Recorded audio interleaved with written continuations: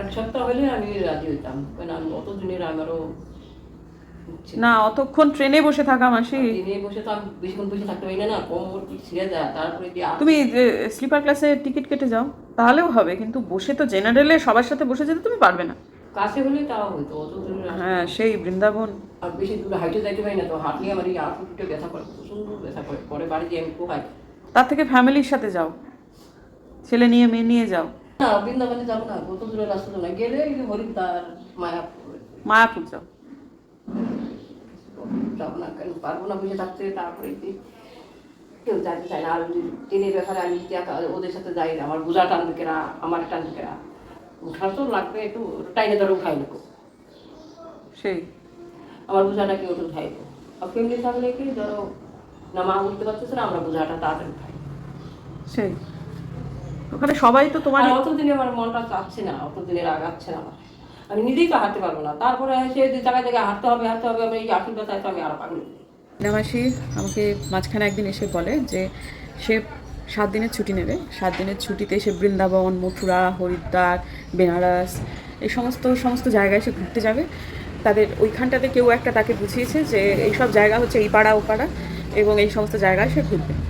আমি বললাম ঠিক আছে, তুমি যদি 7 দিনের মধ্যে বা প্রয়োজনে 15 দিনও যদি যাও, তাহলে কোনো আমার অসুবিধা নেই, কিন্তু তুমি আগে কনফার্ম করো যে তুমি যার সাথে যাচ্ছ সে লোকটা ঠিক কিনা।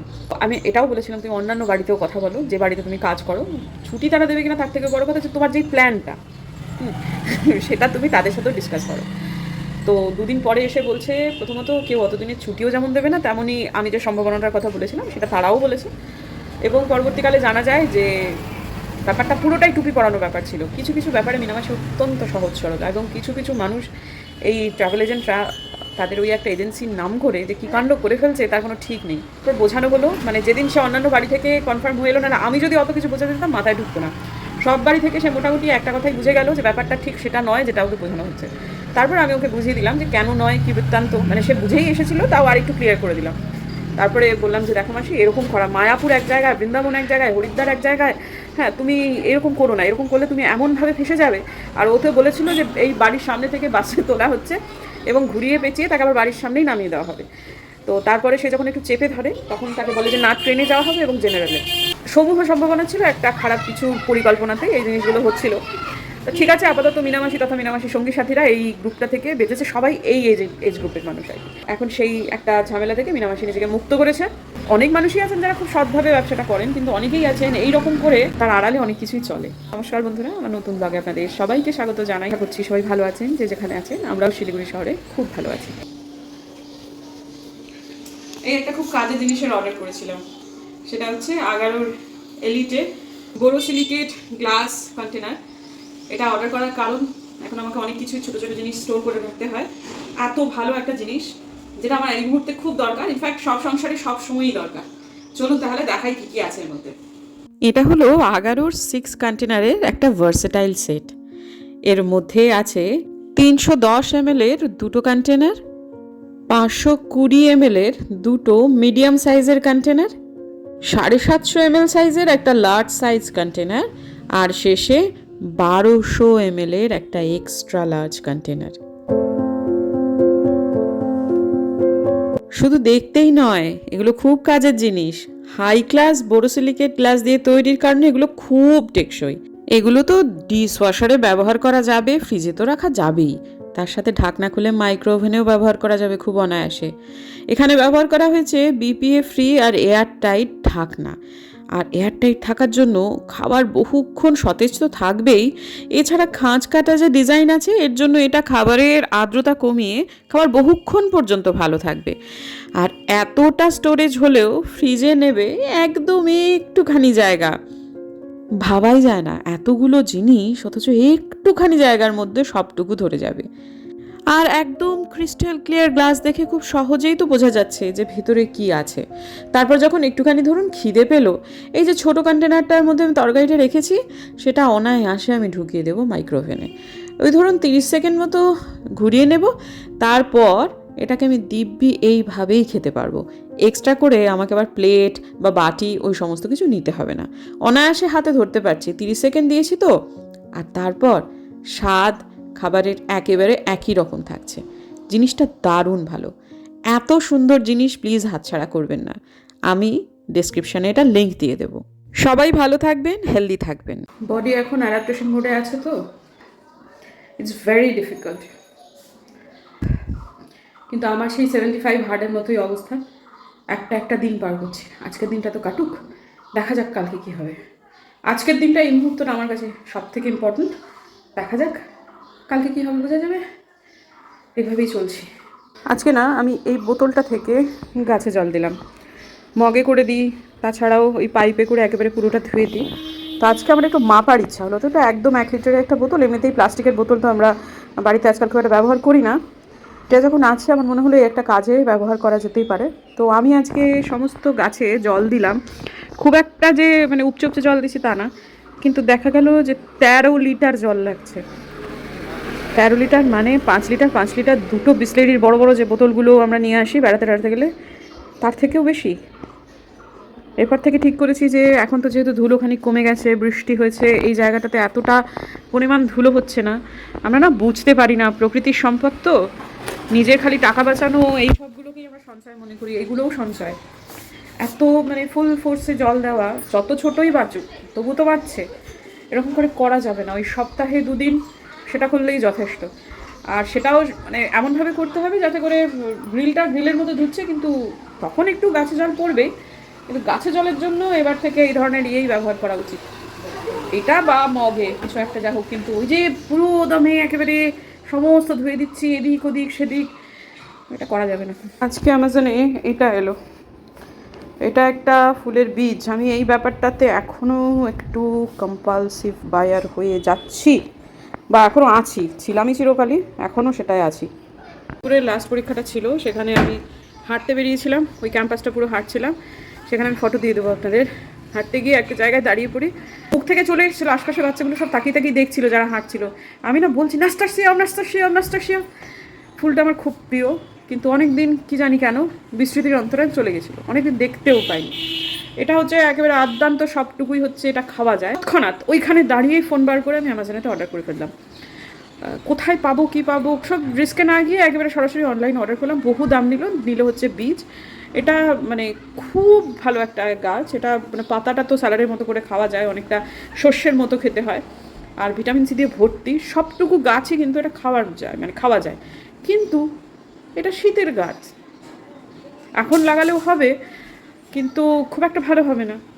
এখানেই আমার তখন মানে ওই সময়টা এত আনন্দ যে একদম মানে মাথাটা পুরো খারাপ হয়ে গেছিলাম, জাস্ট অর্ডার করে ফেললাম। কিন্তু এসেছে যখন, তখন দেখি এটা আমি লাগাবো, 2টো টবে লাগাবো, দেখি কতটুকু হয়, হলে আপনাদের দেখাবো। খুব সুন্দর দেখতে হয়, মানে এটার ফুলটা যত সুন্দর পাতাটাও ততটাই সুন্দর। অনেক রকমের হয়, আমি যে এটা কী রঙ দিয়েছে আমি জানি না, আমি তো চাইছি অরেঞ্জ বা হলুদ কিছু একটা, কিন্তু এটা কী রঙের হবে জানি না। আবার মাল্টি কালারও হয়, দেখি এখন এটা কি এসেছে। আর খুব লো মেনটেনেন্স গাছ, জানেন তো, মানে একটু কম্পোস্ট মাটি দিয়ে দিলে সে খুশি, আর বেশি জল টল দেওয়া যায় না, ওভার ওয়াটারিং করলে এটা একেবারেই যায়। শীতকালে হলে একটু বেশি রোদ্দুর লাগে, এখন গরমকালে দেখি আমি আমার বারান্দায় লাগাবো।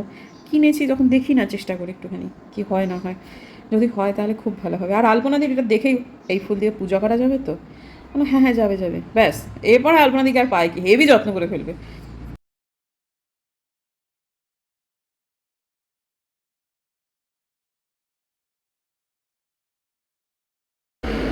লাঞ্চ তো এখন প্রায় একই রকম খাবার। তো লাঞ্চের পরে এই 2টি গয়না জুটেছে আমার, ওমেগা 3 আর মাল্টিভিটামিন। সামনে অন্নপূর্ণা পুজো, আবার রামনবমীও।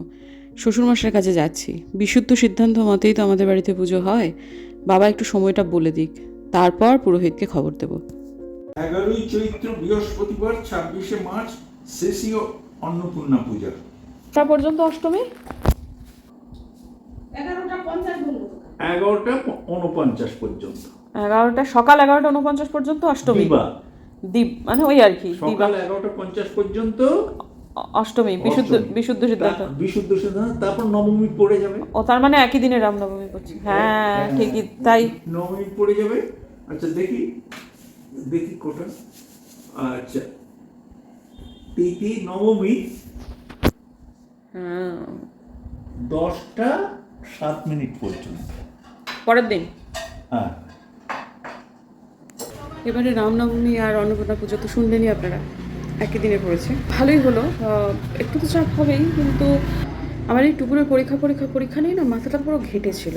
আমাকে কালকে মা বলছে যে তুই অন্নপূর্ণা পুজো এবার 26 তারিখে। 26-এ বা এই 26-এ, তাই সাধারণত এপ্রিল মাসে হয়ে থাকে। দেখলাম যে হ্যাঁ 26 তারিখেই। টাইমটা না হয় একজন এক এক রকম বলছে। কেউ বলছে রাতের দিকে, আবার বিশুদ্ধ সিদ্ধান্ত মতেই যেহেতু আমাদের বাড়িতে হয়, তো সেটা শুনলেনি সকালবেলার মধ্যেই আর কি, 11:30টার মধ্যেই ধরে নিতে হবে যে পুজোটা আমাদের শেষ করতেই হবে। তো এবারে ভাবছি কোনোবার তো ওইরকমভাবে পুরোহিত রেখে আমাদের রামনবমীর পুজোটা করা হয় না, তখন একই দিনে পুজোটা, তখন দুদিন মানে দুটো পুজোই একদিনেই করিয়ে নেব, এবং গোপালের প্রাণ প্রতিষ্ঠাটাও তাহলে একবারই হয়ে যাবে। দ্রুততার সাথে এবার অনেকগুলো কাজ আমাকে সারতে হবে। সুব্রতদার সাথে কথা হলো, সেটা বলে মনটা এত খারাপ হয়ে গেল আমাদের যে পুরোহিত মশাই আর কি, তিনি বৃন্দাবন যাচ্ছেন এবারে তীর্থে। ওরা মাঝে মাঝে এইসব এদিক ওদিক যায়, তা উনি ওই সময়টা থাকতেও পারেন নাও পারেন। সুব্রতদা তাহলে কী হবে, আবার নতুন করে পুরোহিত খুঁজতে হবে। যারা পুরনো বন্ধু তারা জানেন যে আমার কিন্তু এই পুরোহিত নিয়ে বেশ, এমনি অন্যান্য পুজোর জন্য ঠিক আছে, কিন্তু অন্নপূর্ণা পুজোর পুরোহিত নিয়ে কিন্তু বেশ কয়েক বছর বেশ একটু অসুবিধা চলেছে। তাই এই নিয়ে ভদ্রলোক পুজোটা ভালোই করেন আর কি, সিধে সাদা মানুষ। তা তখন বললেন যে যদি আমি চলে যাই আমি ভালো পুরোহিত দিয়ে যাব। তারপর কিছুক্ষণ পর আবার ফোন করে বললেন যে না, আমি 24 তারিখেই ফেরত চলে আসছি। ওদের যাদের সাথে টিমের সঙ্গে যাবে, যে টিমের যে হেড, তার কাছে ছিল টিকিটগুলো। ওদেরকে বেশিক্ষণ সেদিন আটকানো যাবে না, কারণ ওর এই মন্দিরেতে পুজো আছে। এই মন্দিরে, যে মন্দিরে আগের বার আমরা রামনবমীর পুজো দিতে গেছিলাম, আমি তো সেরকমই করে থাকি। যেহেতু রামনবমী অন্য পুজো পরপর পড়ে থাকে, বড় বড় দুটো পুজো না একসাথে করে ওঠা সম্ভব হয় না, শরীর বড্ড ক্লান্ত থাকে। বরাবরই দোস্তর আমার এটাই যে আমি ওইখানে রামনবমীর পুজোটা দিই আর বাড়িতে আমার ইয়েটা হয়। তা এবার তো যখন দুটোই একসাথে হয়ে গেল, তখন এখানেই আমি পুজোটা দেবো। আমাকে মন্দিরে কথা বলতে হবে, কারণ হনুমানজি আমার জন্য যতটুকু বরাদ্দ করেন, ক্ষুদ্র ক্ষমতায় আমি যতটুকু কুড়িয়ে বাড়িয়ে জোগাড় করতে পারি, আমি তো ওখানে একটা প্রসাদ বিতরণের একটা ইয়ে করে থাকি। আমি করি না, ওরা সবাই মিলেই করি, মানে ভেরি সরি, আমি কিছু করি না। আমাকে দিয়ে হনুমানজি, এবং আমাকে ছাড়া আরও বেশ কিছু মানুষদের জড়ো করে হনুমানজি সেটা করান। আমি সামান্য কিছু টাকা দিয়ে দিই, বাকি যত কাজ কম্ম, বাজার হাট সব তো মন্দির কর্তৃপক্ষই করে, তাই না? তা সেটাই আর কি। তো সেটার জন্য আমাকে তাহলে কথা বলতে যেতে হবে আর কি। কালকেই ভাবছি একবার গিয়ে একটু কথা বলে আসবো এবং টাকাটাও দিয়ে আসবো। আর এই ইচ্ছাটাও যে আমার খুব পুরনো তা তো না, এবার নিয়ে আমার 3য় বৎসর হবে আর কি এইভাবে করা। তো সেটাও আমার ব্লগ চালু হওয়ার পর থেকে আমার খুব ইচ্ছা হয়েছিল রামনবমীতে একটা কিছু করার। সেখান থেকে কোথা থেকে কীভাবে সমস্ত কিছু জোগাড় হয়ে গিয়েছিল আর কি। যখন অন্নপূর্ণার পুজোর ভোগটা রান্না হবেই, তখন রামনবমীর জন্যও আলাদা করে একটা ভোগ তথা মালসাগুলো রান্না হবে। কিছুটা আমি বাড়ির ঠাকুরকে দেবো, এবং কিছুটা আমি মন্দিরেতে ওই সুব্রতদার হয়ে যাবে, তার পেছন আমি কিছুটা, মানে যেটা আলাদা থাকবে আর কি, নিবেদন করা থাকবে না, সেটা ওখানে গিয়ে নিবেদন করে বা এখানকার ভোগই ওখানকার ইয়ের সাথে মিশিয়ে দেবো। বা উনি তো এখান থেকে আবার ওখানে পুজো করতে যাবেন, তখন নয় মালসা করে আর একটু নিয়ে যাব। বেশি তো কিছু না, লাবড়া, চাটনি আর খিচুড়ি, এই তো সামান্য জিনিস। আর গোপালের প্রাণ প্রতিষ্ঠার জন্যও আমার ভোগ দিতে হতো, তাহলে সব সংযোগে একসাথে সবটুকু হয়ে যাচ্ছে। খুবই আনন্দিত, সত্যি কথা জানেন। মানে আমি প্রথমে মনে হচ্ছিল বাবা একসাথে কী করে পারবো, এখন বুঝতে পারছি যে না, জিনিসটা খুব ভালো হবে, একসাথে সবটুকু হয়ে যাবে এবং খুবই ভালো হবে। হ্যাঁ, হয়তো পুজোটা করতে সময় লাগবে, অন্নপূর্ণা পুজো করার পর রামনবমীর পুজো, তারপর গোপালের প্রাণ প্রতিষ্ঠা, হয়তো সময় বেশি লাগবে, কিন্তু কাজটা কিন্তু খুব ভালো হবে। আমার খুব ভালো লাগছে জানেন তো। রামনবমী চলবে তার পরদিন পর্যন্ত। আমাদের বাড়িতে বিশুদ্ধ সিদ্ধান্ত মতে ওই সকাল এক্স্যাক্ট টাইমটা ওদের বাবা এক্ষুনি বলে দিলেন, কিন্তু ওই 10টা, 10:30, 11:45 মধ্যে বোধহয় ছেড়ে যাবে করে সবাই ওই 26 তারিখেই রামনবমী পুজোটা করে নেবে। আর অষ্টমী তো বিশুদ্ধ মতে ছেড়েই যাচ্ছে, 11:30, 11:45 কি ওরকম সময় পর্যন্তই থাকছে আর কি। তো অষ্টমী ছেড়ে গেলেই নবমী পড়ে গেল, এই তো হচ্ছে। সবাই 26টাই মানবে, কারণ 27-এ কিন্তু মানে বোর্ড আছে, হায়ার সেকেন্ডারি পরীক্ষা আছে, বিভিন্ন সাবজেক্ট আছে আর কি। তো সেটা যদি ভারতবর্ষে রামনবমীর দিন পরীক্ষা থাকবে না, রামনবমীটা ছুটিই থাকে সাধারণত। তা সেটা যখন আছে, তখন আমার মনে হয় সবাই মানছে হচ্ছে 26 তারিখ। যা হোক, যা হচ্ছে সেটা ভালোই হচ্ছে। অনেকক্ষণ পরে আবার ক্যামেরা অন করছি। আমাকে মমিনাদি ফোন করেছিল, মানে সেটা শুনে মাথাটা তো খারাপ হয়ে গেল। মমিনাদিকে আসলে আমি খুব হুমকি ধুমকি দিয়ে এসেছিলাম যে আমার খুব চিন্তা হয় আমার মায়ের জন্য, যে যদি কোনোভাবে তুমি দেখো মমিনাদি, তুই যদি দেখিস যে মা ওষুধ খেতে মনে থাকছে না বা ওষুধ ভুলভাল করে ফেলছে, তুই যদি বুঝতে পারিস, তাহলে কিন্তু আমাকে ফোন করবি। কেন কি মমিনাদি দেখেছে যে মা ওষুধ খেতে খেতে এরকম করে আস্তে আস্তে করে ঘুমিয়ে পড়ছে, পুরোটা না ওষুধ খেতেও পারেনি, তারপরে গিয়ে আবার শুয়ে টুয়ে পড়েছে। সেটা শুনে তো আমার খুব ইয়ে হলো। তারপর মাকে ফোন করলাম যে কী ব্যাপার মা, তখন উঠে পড়েছে আর কি। তা তখন বললাম কী ব্যাপার মা, তোমার এরকম কিছু হয়েছে? বললাম মা প্রচণ্ড ক্লান্ত লাগছিল, মানে এত চোখ ভাঙা ঘুম, ক্লান্তি। আমি তুমি নাকি ওষুধ কমপ্লিট করে উঠতে পারো নি? মমিনাদি বললো না ওষুধ পুরোটাই খেয়েছি, যা যা আমার খাওয়ার কথা আমি সবটুকুই খেয়েছি। ওষুধের মার কাছে লিস্ট করে রেখে এসেছি আমি, হ্যাঁ। মা বলছে সমস্ত খেয়েছি, কোনো অসুবিধা নেই। তা তখন তাহলে ওরকম করে কেন হলো? বলে কালকে রাত্রে ভালো ঘুম হয়নি, সেই জন্য প্রচণ্ড ক্লান্তি ছিল, তাই জন্য ওটা হয়েছে। তো সেটা ঠিক আছে, হতেই পারে। তা বারবার করছি মা দেখো ঠিক করে বলো, ঠিক করে বলো, ঠিক করে বলো করে বেশ অনেকবার করে বললাম। মা বলো ওরে হ্যাঁ রে হ্যাঁ, এই মমিনা তুই কেমন করে বলে দেখেছো, হ্যাঁ হ্যাঁ, এরকম করে চিৎকার করছে। আমার চেঁচামেচি শুনে বুঝতে পারলাম যে না ঠিকই আছে। মায়ের যতক্ষণ এই চেঁচামেচি মানে তুই এ কর হ্যাঁ কর এইরকম করে যখন এই আওয়াজটা পেলাম, তখন বুঝলাম যে না মা আমার ঠিক আছে, মনে একটু শান্তি হলো। তারপর মার ফোনটা রাখলাম, আবার একটা ফোন এলো আমার এখানকার এক পরিচিত। তো সে আর কি বলবো, তার বিয়ে হয়েছে শ্বশুরবাড়ি শিলিগুড়িতেই, দিনাটানে। তো সে বাপের বাড়িতে ছোটোবেলা থেকে অন্য একটা গোপাল আছে। তা ওই গোপালটাকে নিয়েই মানে সে যখন ও হোস্টেলে থাকতো গোপাল ওর সাথে থাকতো। তা যেমন করে পারতো, কখনো শশা, কখনো খেজুর, কখনো কিশমিশ, যেমন পারতো তেমন ওকে দিত। বিয়ের পর যথারীতি, বিয়ের আগে সবাই জানতো যে ওর গোপাল আছে। ওর শ্বশুর শাশুড়ি হ্যাঁ আমার তো খুব ঠাকুর ভক্ত, হ্যানা তেনা। তাদের বাড়িতে একটা অনেক পুরনো গোপাল আছে, মানে শ্বশুর বাড়িতে। শাশুড়ি মা বিয়ের পর থেকেই ওই গোপালটাকে নিয়ে খুব অসন্তুষ্ট। না ওটা বাপের বাড়ির গোপাল, বাপের বাড়িতে রেখে আসতে হয়। কই তোমার ননদ তো এই বাড়ির গোপাল নিয়ে ওই বাড়ি যায়নি, আমি তো বাপের বাড়িটা নিয়ে এখানে আসিনি। তা ওর একটু জেদ ছিল না, আমাকে আমি সারাক্ষণ নিয়ে থাকি। কিন্তু ঠাকুর ঘরে ওই গোপালের ঠাঁই হয়নি। সে বিয়ে হয়েছে কিন্তু আজ অনেক দিন হলো। তা কিছুদিন হলো শাশুড়ি মা কোথাও একটা আশপাশেই কোথাও একটা গেছেন। এরকমই যে তার পুজোটা তার ননদের কাছেই বিয়ে হয়ে যায়, পুজো প্রত্যেক দিন সে ননদ করে যাবে, তাও ঠাকুর ঘরে বৌমার ঠাঁই নেই। হ্যাঁ, হঠাৎ করে নাকি আজকে সকালবেলা ঘুম থেকে উঠে দেখছে গোপাল নেই, মানে ওই শাশুড়ি মার গোপালটা নেই। নেই, অথচ সিসিটিভিতে দেখা গেল কেউ ঢোকেনি, কেউ বেরোয়নি। ওর শাশুড়ি মা তো চলে এসছে, এসে তো বৌমাকেই তুমি আমার গোপাল লুকিয়ে রেখেছো ফেললে। কিন্তু সিসিটিভিতে দেখা যাচ্ছে যে ঠাকুর ঘরে ঢোকেইনি। ওর শ্বশুরমশাই এসে ওই ঠাকুর ঘরের বড় আলোটা বন্ধ করে ছোট আলোটা জ্বালালো, জ্বালিয়ে তারপর মানে ছোটো মানে ওই আর কি টুনি বাল্ব টাইপের আর কি, সেটা জ্বালিয়ে দরজাটা বন্ধ করে দিয়ে বেরিয়ে চলে গেলো। ওদের ঠাকুর ঘরে সিসিটিভি আছে। তারপর কি হলো কিছু বোঝা যাচ্ছে না, অন্ধকার একটু একটু হয়ে গেছে, কিচ্ছু বোঝা যাচ্ছে না। কিছুক্ষণ পর থেকে হঠাৎ করে দেখা যাচ্ছে গোপালটা নেই। মানে এইরকম অদ্ভুত ভ্যানিশ হয়ে যাওয়া, পেতলের সাধারণ গোপাল অন্য সমস্ত কিছু ঠিকঠাক আছে, শুধু গোপালটাই নেই বলছে আর কি ওদের মধ্যে। তো এখন পুরোহিত ডাকা হ্যানা ত্যানা অনেক কিছু। তো এদিকে ওর যে গোপাল সে কিন্তু পাশেই বসে আছে। কি যে হলো, মানে মনটা খুব, তারপর থেকে বলছে বাবা কোথায় গেলি তুই, চলে আয় বাবা, চলে আয় বাবা, কার ওপর যে রাগ করলি, কী যে হলো, এসব আমি অনেকক্ষণ থেকে মনে মনে বলছি। তো সব মিলিয়ে মিশিয়ে না কেমন একটা হয়ে গেল আর কি মনটা। তো যাই হোক ঠিক আছে বন্ধুরা, আপাতত আজকের দিনের জন্য বিদায় নিচ্ছি, দেখা হচ্ছে কালকে একটা নতুন ব্লগে। যদি আমার ভিডিও ভালো লাগে তাহলে প্লিজ সাবস্ক্রাইব করবেন, পাশে নোটিফিকেশান বেলটা অন করবেন, যাতে ভিডিও দিলেই নোটিফিকেশান চলে যায় আপনাদের কাছে। দেখা হচ্ছে আগামীকাল, ততক্ষণ।